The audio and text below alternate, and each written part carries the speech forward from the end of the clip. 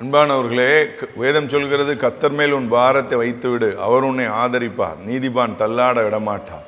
நீங்கள் நல்லவங்களா இருக்கிறீங்களா? நான் நல்லது செஞ்சேன், எனக்கு ஏன் துரோகம் செய்கிறாங்கன்னு நினைக்கிறீங்களா? உங்கள் பிரச்சனை எல்லாத்தையும் கர்த்தர் சால்வ் பண்ணுவார். நீதிமானை தள்ளாட விடமாட்டார், திராணிக்கு மேலே சோதிக்க மாட்டார். உங்கள் பாரத்தை அவர் மேலே இறச்சி வச்சுருங்க. என் பாரத்துக்காக இல்லை, சிலர் சொல்லுவாங்க, இதனால தான் குடிக்கிறேன், இந்த கவலையினால், இந்த பாரத்தினால தான் குடிக்கிறேன். நீங்கள் குடிக்கிறதுனால தெளிஞ்ச உடனே கவலையும் பாரமும் மாற போகிறது கிடையாது. சிகரெட் அடிக்கிறதுனால பிரச்சனை மாற போகிறது கிடையாது.